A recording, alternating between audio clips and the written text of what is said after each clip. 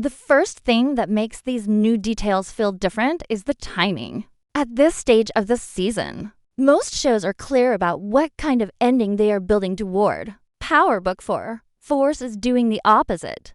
Instead of clear answers, fans are getting gaps, pauses, and unfinished signals. Episode 10 is being treated like something that must be protected, not promoted. That alone raises alarms. When a network avoids showing too much, it usually means the outcome changes the future, not just the episode. This isn't about a small twist or a shocking death for shock value. It feels like the kind of ending that rewrites what the show is allowed to become next. Fans noticed how little footage is being shared, how certain characters are barely visible in promotion, and how conversations suddenly shift away from specifics. These details may seem small alone, but together they paint a picture of a finale that doesn't want to be spoiled, because it can't be taken back once it happens. Another reason these details matter is how fans themselves discovered them. This wasn't pushed loudly by official sources. It surfaced through patterns, silence, and what was missing instead of what was shown. Power fans are trained to read between the lines, because this universe has a long history of hiding its biggest moves until the last moment. When Ghost died, when alliances collapsed, when betrayals reshaped everything, the clues were always there, just buried. Episode 10 feels exactly like that again. The way conversations suddenly avoid certain names, the way interviews feel careful instead of excited, and the way marketing focuses on earlier episodes instead of the finale all suggests that something is being held back. That kind of restraint doesn't happen unless the outcome causes permanent damage to the story world. This isn't about who wins a fight. It's about who loses everything. What truly changes the energy is how episode 10 is being framed internally. This doesn't feel like the end of a season. It feels like the end of a phase. Throughout season 3, the story has been slowly closing doors instead of opening them. Allies drifted apart. Trust weakened. Every win came with a cost. Now, the new details suggest that episode 10 is where all those costs come due at once. This is the episode where survival stops being guaranteed in Power. Finals usually answer questions while creating new ones. This time, it feels like the answers themselves will hurt. The silence around certain storylines suggests that at least one major path ends here, not because it failed, but because it reached its final purpose. That's the kind of storytelling Power uses when it wants to leave a scar. Most importantly, these new details change how fans should emotionally prepare. This isn't an ending meant to feel good or clean. Everything about episode 10 feels heavy, final, and unavoidable. The lack of clarity doesn't build comfort. It builds dread. It tells the audience that no amount of guessing will soften what's coming. Power has always thrived on control, power moves, and dominance. But sometimes the most powerful moment is when control is lost completely. Episode 10 feels like that moment. Not loud chaos, but quiet destruction. The kind that doesn't explode all at once, but leaves nothing standing after the dust settles. Whatever happens here won't just end a season. It will follow every character who survives it, and every fan who watches it, long after the screen fades to black. Episode 10 feels different because it carries the weight of every choice made before it. And season 3 has been quietly pushing all its characters toward a wall they can no longer escape. Nothing in this season feels accidental. Every move, every alliance, and every mistake has narrowed the road instead of widening it. By the time episode 10 arrives, there is no room left to run, and that is why it feels like a defining moment, rather than a simple ending. This season hasn't been about winning territory or gaining power in the usual way. It has been about pressure. Each episode added more tension, more risk, and more emotional cost. That kind of buildup is not meant to reset at the end. It is meant to break something permanently. What makes episode 10 stand out is how all storylines are crashing into each other at the same time. In earlier seasons, conflicts were spaced out, giving characters time to recover or adjust. This time, there is no space. Every unresolved issue has survived long enough to reach the finale together. That creates a sense of final boss energy, where the danger is not just one enemy, but the entire situation collapsing at once. Power finals usually give at least one clear victory, but Season 3 has avoided that pattern. Wins feel temporary, and losses feel like warnings. Episode 10 looks like the moment when those warnings turn into consequences. Someone will pay for every shortcut taken, every betrayal ignored, and every lie left alive. Another reason this episode feels series-defining is how familiar power patterns are being flipped. In the past, finals often shocked viewers while still protecting the future. This time, the new details suggest the future itself is what's at risk. When a show starts closing character arcs instead of stretching them, it signals a turning point. Certain relationships feel finished, not because they resolved peacefully, but because they burned out completely. Trust has been drained from the story. When trust disappears in power, violence usually follows, but not always in obvious ways. Sometimes the most dangerous outcome is survival with nothing left to fight for. Episode 10 feels like it may leave at least one major character alive, but broken in a way that changes how they move forever. Chicago's power structure also feels unstable in a way we haven't seen before. Instead of one clear ruler rising, everyone seems exposed. Season 3 has shown how fragile control really is. The streets don't feel loyal, and respect feels borrowed instead of earned. Episode 10 appears positioned to reset that balance in a harsh way, not by crowning a new king, but by removing the illusion that anyone is truly safe. When power chooses to reset a city, it usually does it through loss, not victory. That's why fans feel uneasy. This doesn't look like an ending where the strongest player stands tall. It looks like one where the cost of standing becomes too high. What truly separates this episode from others is the emotional direction. Season 3 has slowly stripped away comfort, even in moments that looked calm on the surface. Conversations felt colder, choices felt heavier, characters stopped dreaming and started surviving. Episode 10 sits at the end of that emotional road. It doesn't promise relief. It promises impact. This is the kind of episode that redefines how earlier moments are remembered. Scenes that once felt minor suddenly feel like warnings that were ignored. That's why this finale matters beyond shock value. It doesn't just end a chapter. It changes how the entire story behind it is understood, turning Season 3 into the point of no return for Power Book. 4. Force.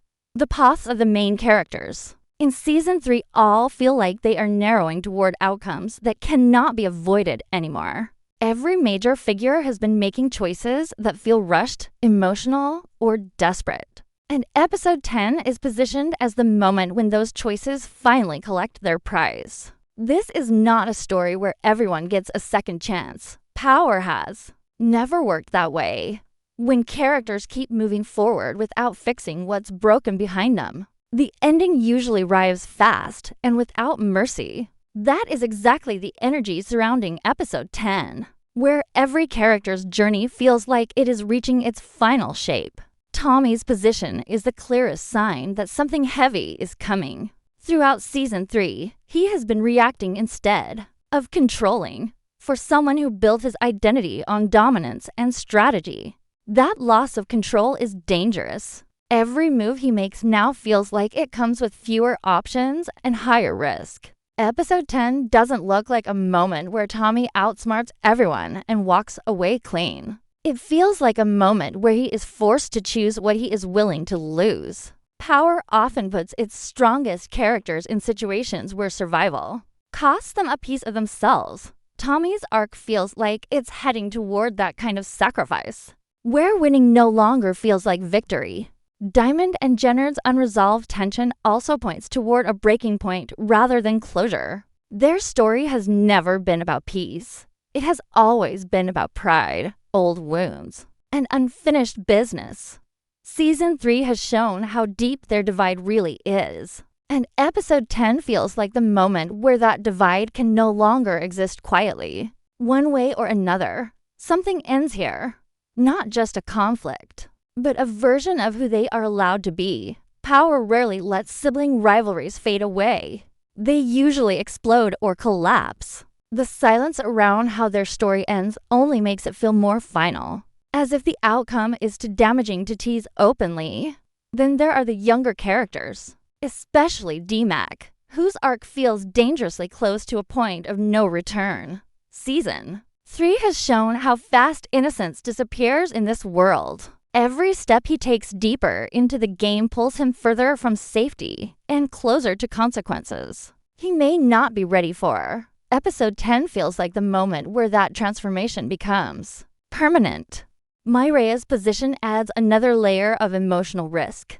Her connection to Tommy has always existed in a space that feels fragile and temporary. Season 3 made it clear that love in this world is never protected. Episode 10 doesn't feel like it will give her clarity or security. It feels like it will force a decision that costs her either safety or truth. In Power, emotional connections are often tested at the worst possible moment, not to strengthen them, but to show how impossible they are to maintain. Myrea's arc feels like it's reaching that test now. What ties all these paths together is the feeling that at least one of them is complete. Not paused, not delayed, complete. Power finals usually leave scars, but this one feels like it may leave an empty space where a character used to stand, either physically or emotionally. That is what makes episode 10 feel dangerous. It doesn't just threaten shock, it threatens permanence. Whatever happens here will redefine who these characters are allowed to be going forward, and some of them may not survive that definition at all. What makes episode 10 feel even more unsettling is not what Starz is showing, but what it is deliberately avoiding. In most finals, promotion becomes louder, clearer, and more confident. Here, the opposite is happening. Trailers feel trimmed down. Clips avoid context. Certain characters barely appear at all. This kind of silence is not accidental. It is a strategy used when revealing too much would ruin the impact of what's coming. In the Power universe, silence has always been a warning sign. When the network stops guiding expectations, it usually means the ending refuses to follow familiar rules. Episode 10 feels like one of those moments where marketing steps back, because no amount of teasing can prepare viewers for the outcome. One of the strongest signals comes from what is missing in interviews and promotional talk. Cast and creators speak carefully, choosing words that feel guarded rather than excited. Instead of hyping twists, they focus on emotions, consequences, and intensity. That shift matters. When creators avoid details and lean into feelings, it often means the plot itself is too heavy to describe without giving something away. It also suggests that the finale is not built around one shocking moment, but around a chain of events that change everything once they start. This kind of ending cannot be spoiled in pieces, because every piece depends on the one before it. Silence becomes protection, not mystery. Social media behavior adds to this feeling. Instead of countdown energy, there is restraint. Instead of bold promises, there are vague hints. Timing feels intentional. Posts arrive, then disappear. Conversations redirect away from episode 10 specifics. In modern television, this level of control usually points to one thing, a reveal that affects more than just the current story. Whether it's a death, a disappearance, or a decision that reshapes the future, Starz appears to be guarding something that would instantly dominate fan discussion if confirmed. That kind of protection suggests long-term consequences, not short-term shock. Another important detail is how the silence creates space for speculation without correction. Normally, when fan theories drift too far, networks step in with clearer messaging. This time, they are letting theories grow wild. That tells us the truth is either more extreme than expected or so specific that denying theories would narrow the surprise. Power has a history of letting fans guess right up until the moment it hits. but only when the impact is emotional rather than technical. Episode 10 feels designed to land emotionally, not logically. It's meant to be felt first and understood later. There is also a pattern in how finals that reset the Power universe are treated. When a story arc ends but the franchise continues, marketing often hints at what's next. Here, that hint is missing. There is no clear direction being teased beyond episode 10. That absence suggests the finale itself creates uncertainty for the future, not clarity. It may close doors without immediately opening new ones. That is risky, but it is also bold. It tells the audience that the story is willing to sit with loss, damage, and unanswered questions. All of this silence points to one conclusion. Episode 10 is being protected because it cannot be undone. Once it airs, the conversation will change. Characters will be viewed differently. Earlier episodes will feel heavier. The future of the story will feel less predictable. Starz is not hiding this episode because it is weak. It is hiding it because it is permanent. In the world of power, permanence is the most dangerous thing of all, because it means the consequences are finally real. Episode 10 doesn't feel like an ending that simply closes the book on season 3. It feels like a handoff point, where the story stops looking backward and starts pointing forward in a more dangerous way. The way this finale is being shaped suggests that its real purpose may not be resolution, but direction. Instead of tying everything up neatly, it appears designed to create a new normal that characters must live inside after the damage is done. That kind of ending doesn't give comfort. It gives momentum. And in the Power universe, momentum usually means more chaos, not peace. One of the clearest signs of future setup is how unfinished the world itself feels. Season 3 has stripped away stability without replacing it with something solid. Power structures are cracked, alliances are weak, and fear has replaced respect. Episode 10 looks like the moment where that unstable ground becomes permanent. Instead of restoring balance, the finale may confirm that balance is gone for good. That opens the door for new threats, new enemies, and new rules. When a story removes the idea of safety, it creates space for more aggressive storytelling in what comes next. Tommy's future is central to this shift. Whatever happens in episode 10, it doesn't feel like it will allow him to return to who he was. The finale seems positioned to push him into a role that is heavier, lonelier, and more ruthless. Not because he wants it, but because circumstances force it on him. That kind of transformation is exactly how Power launches its next phase. Instead of giving the main character a fresh start, it traps them inside the consequences of their survival. If Tommy walks away from episode 10 alive, it will likely be with fewer emotional ties and more enemies than ever before, setting up a darker path ahead. There is also a strong sense that episode 10 could quietly prepare the ground for future storylines, without clearly announcing them. Power has always liked to plant seeds in moments of pain rather than moments of victory. A loss here could create a motivation that drives future conflict. A disappearance could create a mystery that lingers beyond this season. A betrayal could reshape loyalties that matter later. The finale doesn't need to explain what comes next. It only needs to create a wound deep enough that the story has no choice but to follow it. Another important factor is how this episode may redefine the scale of the story. Season 3 has been focused on tightening the world, making it feel smaller and more intense.